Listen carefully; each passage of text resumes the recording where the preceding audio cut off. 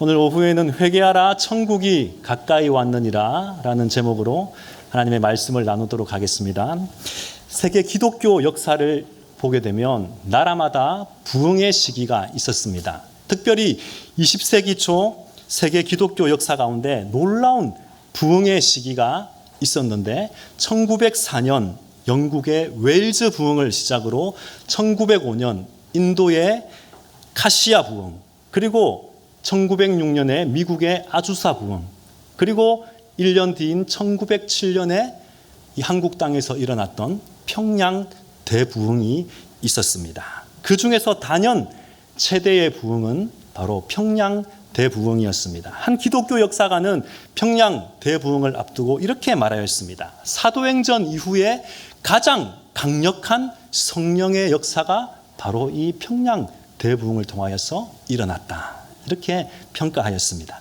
한국교회사에 따르면 평양 대부흥을 겪었던 1907년의 교세는 그 이전과 비교하여서 무려 267%나 증가하였다고 그렇게 보고되고 있습니다. 교회와 세례교인이 2배 이상 늘고, 그리고 학습교인이 3배가 늘고, 헌금이 4배 이상 늘었습니다. 폭발적인 부흥을 이루었던 것입니다. 특별히 신앙의 방향성이 완전히 바뀌었습니다.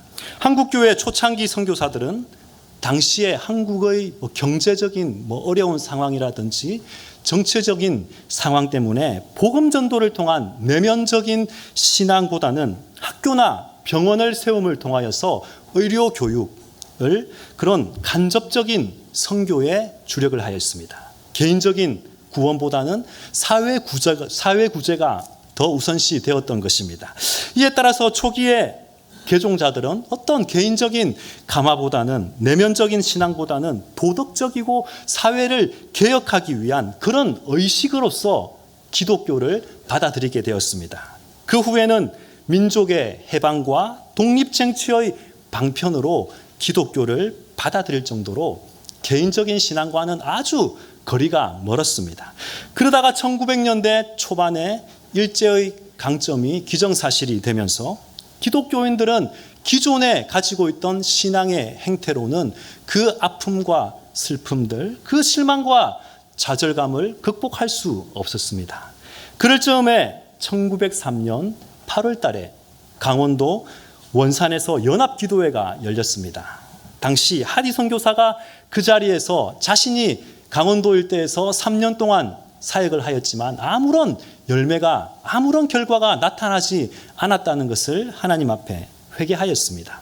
그리고 미국 선교사에게 흔히 볼 수 있는 인종적인 우월감, 그것을 가지고 사역을 하였고, 한국 사람들을 아주 미개한 사람들로 보았고 무식한 사람으로 여겼던 그런 교만함, 그리고 성령의 도우심보다는 자신의 힘과 능력으로 사역을 하려고 했던 그런 교만함을 하나님 앞에 철저하게 회개하였습니다.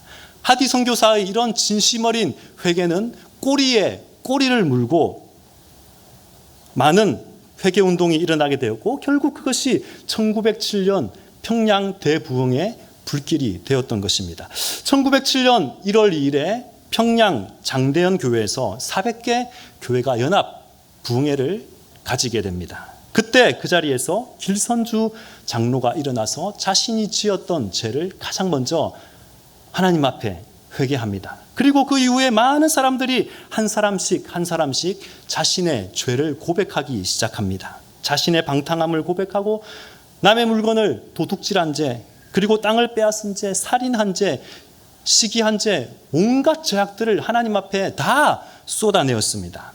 밤새 펑펑 울며 회개하였습니다. 평양 대부흥은 바로 그처럼 철저한 처절한 회개를 통하여서 시작되었다는 것을 우리는 알 수 있습니다. 그날 밤 회개하는 교인들의 열기는 마치 오순절 마가의 다락방에 임하였던 그 성령의 역사와 같았습니다. 그리고 단지 죄의 고백으로 끝난 것이 아니라 행동으로 그들의 삶을 옮겼습니다. 과거에 이웃에게 잘못한 것이 있었다면 그에게 찾아가서 잘못을 용서하였습니다. 잘못을 구하였습니다. 그리고 금전적으로 물질적인 손해를 배상하였습니다. 빼앗거나 훔친 돈이 있으면, 횡령한 돈이 있으면 그것을 갚아주었고, 만일 갚아야 할 대상이 없었다면 그것을 교회로 가지고 왔습니다. 그 돈을 양심전이라고 하였는데, 당시 교회에 양심전이 수북히 쌓일 정도로 회개에 합당한 열매들을 맺었습니다. 이 같은 부흥의 불길은 바로 한반도 전역을 휩쓸고 중국에까지 번지게 되었습니다. 과연 대부흥이라고 할 만합니다. 기독교 역사가들이 말하기를, 만일 그날 밤 통곡하는 회개가 없었다면 결코 평양 대부흥은 일어나지 않았을 것이다. 그렇게 말하였습니다. 그날 밤의 회개로 말미암아 한국 교회가 세계가 놀라는 부흥의 전기를 맞이할 수 있었던 것입니다. 그러나 여러분, 오늘날 한국 교회는 어떻습니까? 교회마다 각종 세미나, 프로그램, 무슨 학교, 성경 공부, 온갖 모임은 많은데 잘 회개하지 않습니다. 교회 강단에서도 축복과 은혜의 말씀은 수많이 쏟아지고 있는데 죄에 대한 지적과 회개의 메시지는 잘 나타나지 않고 있습니다. 우리의 신앙에서 회개가 점점 옅어지고 사라지고 있다는 증거입니다. 그러나 역사가 증거하는 것은 무엇입니까? 회개가 없으면 부흥도 없다라는 것입니다. 간혹 우리가 성장과 부흥이라는 말을 혼동해서 사용할 때가 있습니다. 성장과 부흥은 다릅니다. 성장은 다분히 현상론적인 개념입니다. 눈에 보이는 숫자, 눈에 보이는 건물, 헌금이 늘어나는 것, 그것이 바로 성장입니다. 그러나 부흥은 무엇입니까? 그 내면까지, 그 삶까지 온전히 변화되고 새로워지는 것, 이것이 바로 부흥입니다. 우리의 전 존재가 새로워지는 것, 그것이 바로 부흥이라는 것입니다. 우리 교회는 성장을 넘어서 부흥의 자리에까지 나아가야 할 줄로 믿습니다. 우리 개인의 삶과 우리 구역, 그리고 우리 교회 공동체가 성장하는 것으로 만족할 것이 아니라 부흥의 역사가 오늘 이 시간 우리 교회 가운데 나타나야 할 것입니다. 우리의 내면과 삶이 새롭게 변화되는 그러한 역사가 나를 통하여서, 우리 교회를 통하여서 이 지역 사회 가운데 흘러나가야 하는 것입니다. 그 부흥의 통로가 바로 회개라는 것입니다. 예수님 당시에도 마찬가지였습니다. 온갖 율법들이 넘쳐났지만 회개는 없었습니다. 성전에서 날마다 희생제사가 드려졌지만 회개의 메시지는 선포되지 않았습니다. 예루살렘 성전의 권력과 제사장의 권위는 날로 커져갔고, 성전의 재산도 크게 늘어서 외견상 성장했지만 부흥은 일어나지 않았습니다. 바로 그때 광야에서 하나님의 말씀이 선포됩니다. 오늘 본문 1절 말씀 우리 함께 읽겠습니다. 그때에 세례 요한이 이르러 유대 광야에서 전파하여 말하되. 아멘. 이 말씀에서 주목할 것은 세례 요한이 하나님의 말씀을 전파하였는데, 그곳이 어디라고 말하고 있습니까? 어디에서 하나님의 말씀을 전파하였다고 합니까? 광야에서, 유대 광야에서 하나님의 말씀을 전파했다라고 기록하고 있습니다. 여러분, 세례 요한은 하나님의 말씀을 광야에서 전했습니다. 광야가 어떤 곳입니까? 물도 없습니다. 풀도 없습니다. 사람의 인적도 찾아보기 힘든 곳입니다. 그저 가끔씩 여행을 하거나 길을 가기 위해 지나가는 사람만이 있을 뿐입니다. 그런데도 세례 요한은 그 광야에서 하나님의 말씀을 전파하였습니다. 우리가 생각하기에 이왕 하나님의 말씀을 전파할 것 같으면 성전에서 혹은 회당에서, 시장에서, 성문 앞에서 사람들이 많이 모인 자리에서 말씀을 전해야 많은 사람들이 하나님의 말씀을 듣지 않겠습니까? 그래야 더 많은 사람들이 하나님의 말씀을 듣고 회개하고 돌이킬 것입니다. 그런데 세례 요한은 사람들이 많이 모인 곳이 아니라 사람의 인적이 아주 드문 광야에서 하나님의 말씀을 선포하고 있습니다. 도대체 그 이유가 무엇입니까? 왜 세례 요한은 더 좋은 장소를 마다하고 광야에서 하나님의 말씀을 선포하고 있는 것입니까? 그것은 바로 광야라는 장소가 주는 특징이 있기 때문입니다. 여러분, 광야가 어떤 곳입니까? 그곳에는 아무것도 없습니다. 그렇기 때문에 어떠한 소리도 들을 수가 없습니다. 광야에서는 오직 하나님만이 말씀하십니다. 하나님의 말씀을 세미하게 들을 수 있는 그곳이 바로 광야라는 것입니다. 또 광야에는 아무것도 숨길 것도 없고 아무것도 감출 수 있는 것도 없습니다. 광야에서는 나의 모든 것이, 나의 모든 행동과 나의 모든 삶이 그대로 드러날 수밖에 없는 곳입니다.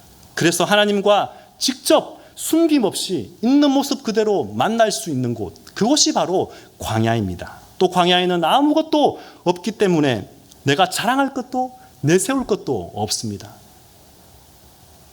아무것도 없는 광야에서 누구를 향해서 무엇을 자랑하겠습니까? 그래서 광야는 나 자신을 낮추고 겸손해질 수 있는 그곳이 바로 광야라는 것입니다. 이런 의미에서 우리에게 광야의 경험이 있어야 합니다. 세상의 분주함에서 벗어나서 오직 하나님의 말씀을 들을 수 있는 광야의 경험을 우리 모두가 해야 한다는 것입니다. 하나님 앞에서 우리의 모든 있는 모습 그대로 숨김없이 드러내고 하나님과 직접 대면하고 만나고 하나님의 음성을 듣는 그런 광야의 경험이 우리에게 있어야 한다는 것입니다. 그리고 나의 지식과 나의 물질, 권력이 아무것도 아닌 것을 깨닫고 더욱 겸손해질 수 있는 광야의 경험을 우리 모두가 해야 하는 것입니다. 그래서 광야를 거쳤던 사람들은 하나님 앞에서 새로워질 수가 있었습니다. 하나님 앞에서 위대하게 쓰임받을 수 있었습니다.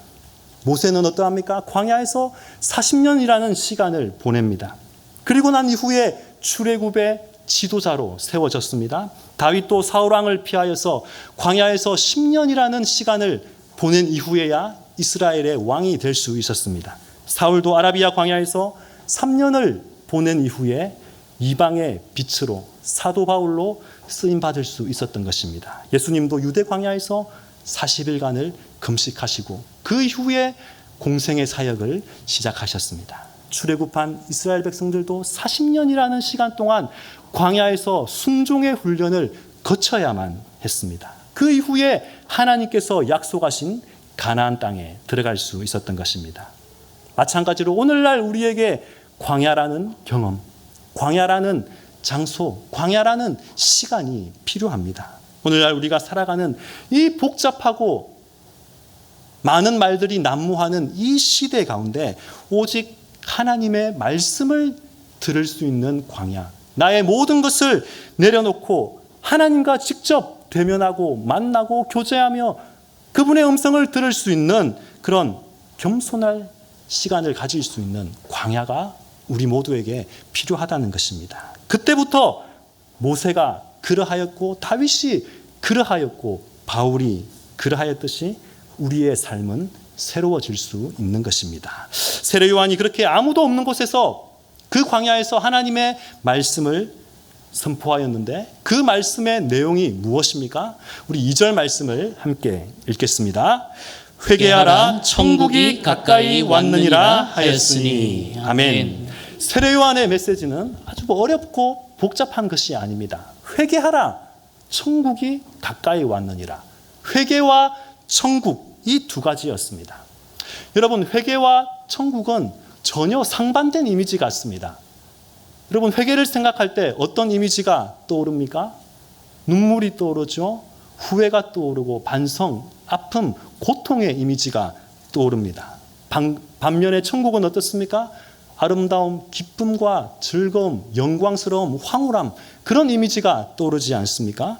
그렇기 때문에 회개와 천국은 전혀 이미지가 맞지 않아 보입니다. 그런데도 세례 요한은 이 둘을 연결시키고 있습니다. 회개하라 천국이 가까이 왔느니라. 왜 그렇습니까? 회개와 천국, 이 회개와 천국은 하나이기 때문입니다. 회개의 문을 통해서만이 천국으로 나아갈 수 있기 때문입니다. 회개는 바로 천국 문을 여는 열쇠입니다. 오늘 본문의 세례 요한뿐만 아니라 예수님 역시 전하셨던 그 복음을 보시면 회개가 들어 있습니다. 우리 마태복음 4장 17절 말씀을 함께 읽겠습니다. 이때부터 예수께서 비로소 전파하여 이르시되 회개하라 천국이 가까이 왔느니라 하시더라. 아멘. 오늘 본문에 기록된 세례 요한의 메시지와 다를 것이 하나도 없습니다. 토시 하나 다를 것 없이 회개하라, 천국이 가까이 왔느니라, 그렇게 회개를 선포하고 있습니다. 또 초대교회 사도들이 전하였던 복음의 중심에도 항상 이 회개가 있었습니다. 사도행전 2장 38절 그리고 사도행전 3장 19절 말씀을 보시면 제가 읽습니다. 베드로가 이르되 너희가 회개하여 각각 예수 그리스도의 이름으로 세례를 받고 죄사함을 받으라. 그리하면 성령의 선물을 받으리니. 사도행전 3장 19절 그러므로 너희가 회개하고 돌이켜 너희 죄 없이 함을 받으라. 이같이 하면 새롭게 되는 날이 주 앞으로부터 이를 것이요. 아멘. 이 말씀을 보시면 공통적으로 나오는 것이 무엇입니까? 회개하라입니다. 오늘 세례 요한의 메시지, 그리고 예수님의 메시지, 그리고 초대교회 사도들의 메시지, 그 복음의 중심에 항상 회개가 있었다는 것을 우리는 볼 수 있습니다. 우리가 날마다 외쳐야 할 복음의 핵심이 있다면 그것은 바로 회개입니다. 회개하라는 것입니다. 회개가 없이 하나님의 용서도 없습니다. 하나님의 구원도 없습니다. 회개 없이 하나님의 나라 역시 없습니다. 회개 없이 우리의 삶은 새롭게 될 수 없습니다. 반드시 이 회개의 과정을 거쳐야만이 우리는 천국을 누리고 하나님의 나라를 소유할 수 있는 것입니다. 그런데 문제는 우리는 우리 삶 가운데 좀처럼 회개하려 하지 않는다는 데 있습니다. 물론 우리는 믿음으로 말미암아 종국적으로 천국에 들어갈 것입니다. 마지막 때, 우리 인생의 종말 때에 천국에 들어갈 것입니다. 그런데 세례 요한은 오늘 본문에서 뭐라고 말하고 있습니까? 천국이 지금 가까이 왔다라고 말하고 있습니다. 우리가 흔히 천국이라고 할 때 어떤 개념을 가집니까? 죽음 이후에야 가는 하늘 저 어딘가에 있는 그곳, 장소의 개념으로 생각할 때가 많이 있습니다. 그런데 세례 요한은 그 천국이 지금 우리에게 가까이 오고 있다라고 말하고 있습니다. 우리가 죽음 다음에야 가는 그곳이 아니라 지금 바로 우리에게 다가오고 있다고 말합니다. 그렇다면 이 천국은 대체 어떤 천국입니까? 우리가 바로 삶에서 누리게 되는, 우리가 이 땅에서 발을 딛고 호흡하며 살아가는 그 가운데 누리고 경험하는 천국이라는 것입니다. 죽음 이후에 가는 그런 곳이 아니라는 것입니다. 우리가 살고 있는 이 땅에서 우리가 소유하고 누리고 맛보는 천국입니다. 그 천국이 지금 가까이 오고 있다라고 말하고 있습니다. 그래서 예수님께서 누가복음 17장 21절 통해서 이렇게 말씀하셨습니다. 우리 함께 읽겠습니다. 또 여기 있다 저기 있다고도 못하리니 하나님의 나라는 너희 안에 있느니라. 아멘. 하나님의 나라가 어디 안에 있다라고 말합니까? 너희 안에, 바로 우리 안에 하나님의 나라, 천국이 있다라고 말씀하고 계십니다. 우리가 하나님의 나라를 소유하고 있다라는 이 마가복음의 말씀으로 지어진 찬송이 있습니다. 우리가 너무나 잘 알고 있는 찬송인데 바로 438장 내 영혼이 은총 입어라는 찬송입니다. 그 가사를 보시면요, 내 영혼이 은총 입어 중한 재짐 벗고 보니 슬픔 많은 이 세상도 천국으로 화도다. 이 세상에 슬픔이 많고 고통이 많지만 그것이 변하여 천국이 된다라고 합니다. 또 주의 얼굴 뵙기 전에 멀리 뵈던 하늘나라 내 마음속에 이루어지니 날로 가깝도다. 자, 지금 천국이 우리의 마음속에 가까이 왔다라고 말합니다. 높은 산이 거친 들이 초막이나 궁궐이나 내 주 예수 계신 곳이 그 어디나 하늘나라, 이렇게 고백합니다. 할렐루야 찬양하세. 내 모든 죄 사함받고 주 예수와 동행하니 그 어디나 하늘나라. 주님과 동행하고 주님과 함께하며 주님과 교제하는 그곳이 바로 하늘나라 천국이다라고 말하고 있습니다. 예수 그리스도를 나의 주인으로, 나의 왕으로 모시고 주님과 동행하며 그 주님의 다스림 안에, 통치 안에 하루하루 살아가는 것, 그렇게 살게 되는 것이 바로 이 땅에서 우리가 누리게 되는 천국이라는 것입니다. 어디에 있든지 바로 하나님과 우리 주님과 함께하는 그 삶이 가장 복된 삶이고 천국을 소유하며 누리는 삶이라고 오늘 성경은 우리에게 말씀하고 있습니다. 이처럼 천국이 바로 우리 안에 있는데 날마다 이 천국의 기쁨과 즐거움을, 아름다움을 맛보며 살아가는데 그 삶이 기쁘고 행복하지 않겠습니까? 그런데 중요한 것은 이러한 천국을 누가 누릴 수 있는 것입니까? 바로 회개하는 자. 회개하는 자가 이러한 천국을 누릴 수 있다라는 것입니다. 하나님의 나라는 예수 그리스도를 통하여 모든 나라에, 모든 사람에게 임했지만 그 하나님의 나라를 누리고 소유할 수 있는 사람은 오직 하나님 앞에 엎드려 회개하는 자, 그가 천국을 소유하고 누릴 수 있다라고 말씀하고 있는 것입니다. 그래서 오늘 세례 요한은 회개하라, 천국이 가까이 왔느니라, 이렇게 말씀하고 있는 것입니다. 여러분, 그렇다면 회개가 무엇입니까? 회개는 반성이나 후회하는 것과는 차원이 다른 것입니다. 우리가 무언가 잘못된 일을 했을 때에 후회하고 반성할 수 있습니다. 후회나 반성이 크면 눈물을 흘릴 수도 있습니다. 학생이 시험을 이렇게 망쳐서 점수가 아주 낮습니다. 그러면 후회할 수가 있습니다. 왜 그때 내가 좀 더 공부를 열심히 하지 않았을까? 그런 후회와 반성이 있을 수 있습니다. 눈물을 흘릴 수도 있겠죠. 그러나 시험 성적이 좋지 않다고 하여서 회개하지는 않습니다. 회개 기도하지는 않습니다. 왜냐하면 이 회개와 반성은 근본적으로 다른 것이기 때문입니다. 오늘 본문에 회개하라로 번역된 헬라어 메타노에오, 이것은요 어떤 뜻이냐면 마음을 바꾸는 것입니다. 회개는 마음을 바꾸는 것입니다. 하나님의 마음으로 바꾸는 것입니다. 우리의 마음 가운데 죄악이 가득했다면 내가 죄를 많이 지었구나, 이제부터 죄를 짓지 말아야 하지, 그렇게 후회하고 반성하는 정도가 아닙니다. 눈물을 흘리는 것에서 그치는 것이 아닙니다. 그 죄악된 마음을 하나님의 마음으로 바꾸는 것입니다. 방향을 완전히 돌이키는 것입니다. 인간적인 생각과 우리 안에 있는 교만한 마음들, 욕망과 이기심, 죄악으로 점철되었던 우리의 마음을 하나님의 생각으로, 하나님의 마음으로, 하나님의 뜻으로 돌이키고 채우는 것, 그것이 바로 회개라는 것입니다. 하나님의 마음으로 바꾸기 위해서 하나님 앞에 우리의 죄를 자복하는 것입니다. 하나님 앞에 철저히 엎드리고 회개하며 죄를 자복하고 스스로 우리 죄를 토해내는 것입니다. 언제까지 토해냅니까? 마음이 다 비워질 때까지, 우리의 죄악이 다 비워지고 그곳에 하나님의 마음이, 하나님의 생각이 다 찰 때까지 회개하는 것, 토해놓는 것, 이것이 바로 회개라는 것입니다. 그렇게 비고 또 빈 마음에 하나님의 마음이 채워지고 그 마음에 바로 하나님의 나라가 임하게 되는 것입니다. 세례 요한 당시에 이스라엘은 나라를 잃었습니다. 바벨론에게 망해서 바벨론 포로가 되어서 오랜 시간 동안 고생하다가 겨우 해방되었는데 다시 로마의 속국이 되어버렸습니다. 나라를 잃은 슬픔이, 서러움이 계속되었습니다. 그런 그들에게 천국, 하나님의 나라, 그것은 꿈에도 잊지 못할 소원이었습니다. 세례 요한은 나라 없는 백성들에게 하나님의 나라가 지금 우리에게 가까이 왔다라고 선포했습니다. 그것은 절망과 아픔 가운데 있던 이스라엘 백성들에게 소망을 주는 메시지였습니다. 비록 로마가 통치하는 나라 가운데서 억압받는 속국으로 고통 가운데, 어려움 가운데 살고 있지만 그곳에서도 얼마든지 하나님의 나라를 누릴 수 있다는 소망의 메시지였습니다. 그래서 세례 요한이 광야에서 회개하라, 천국이 가까이 왔다라는 말씀을 선포하였을 때 수많은 사람들이 예루살렘과 유대로부터 몰려들었습니다.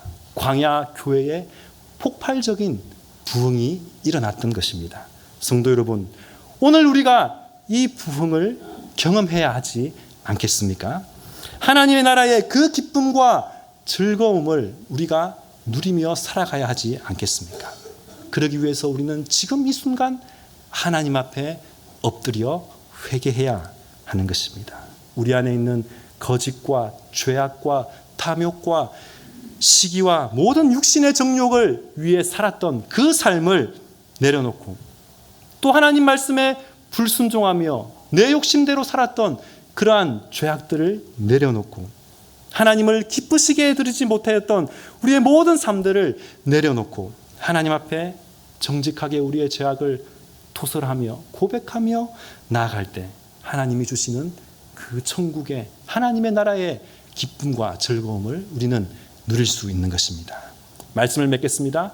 회개와 하나님의 나라 그리고 부흥, 이것은 3등식입니다. 떨어질래야 떨어질 수 없는 불가분의 관계입니다.